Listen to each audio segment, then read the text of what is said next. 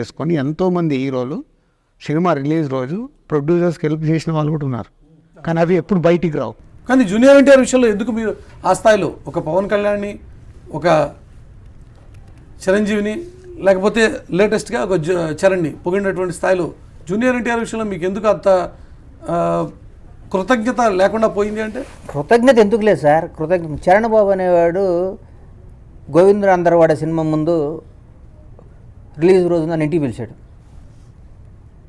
ఇంటికి పిలిస్తే అమ్మ రిలీజ్ జరుగుతుంది, అడావుడి టెన్షను, మొత్తం ఫైనాన్స్ క్లియర్ అవ్వాలి, ఫైనాన్స్ ఫుల్ టెన్షన్లో రిలీజ్ ముందు. నేనే బినామీని కాదు కాబట్టి నా దగ్గర ఎవరి డబ్బు ఉండదు కాబట్టి బిఫోర్ 2 రోజుల ముందు నాకు మెంటల్గా టెన్షన్ ఉంటుంది. ఎందుకంటే తెచ్చిన అప్పులు కట్టాలి, ఫైనాన్సర్లు అందరి దగ్గర నుంచి డబ్బులు రావాలి, అవి తీసుకొని ఫైనాన్షియల్ దగ్గర కట్టి క్లియరెన్స్ తెచ్చుకోవాలి.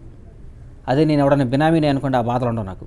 ఆ టెన్షన్లో వరీగా ఉన్నప్పుడు హీరో గారు ఫోన్ చేశాడు. కరెక్ట్ 12 o'clock, 12కో 2:30కో ఫోన్ చేశాడు. గని ఎక్కడున్నావు అన్నాడు. బాబు ల్యాబ్లో ఉన్నా అని చెప్పాను. ఇంటికి రా అన్నాడు. గుండెల్లో రాళ్ళు పెరిగెట్టినాయి. ఆయనకి డబ్బులు ఇవ్వాలి, 2 కోట్ల రూపాయలు, 2 crores ఇవ్వాలి. ఇప్పుడు డబ్బులు అడుగుతాడేమో, ఈ 2 కోట్లు నేను ఎక్కడ తెచ్చిచ్చాను, ఏంట్రా బాబు ఈ సినిమా టెన్షన్ రిలీజు అని ఫుల్ టెన్షన్ పడుతుంటే ఇంటికి పిలిచాడు. ఇంటికి పిలిచితే వాళ్ళు స్విమ్మింగ్ పూల్ దగ్గర కూర్చోన్నాడు. స్విమ్మింగ్ పూల్ దగ్గర కూర్చొని ఏంటి పరిస్థితి అన్నాడు. అయిపోయింది బాబు, దగ్గరికి వచ్చింది, ఒక 2-3 కోట్లు బయర్లు కట్టాలి, అవంగాలు క్లియరెన్స్ ఇచ్చేస్తాను అది ఇదంటే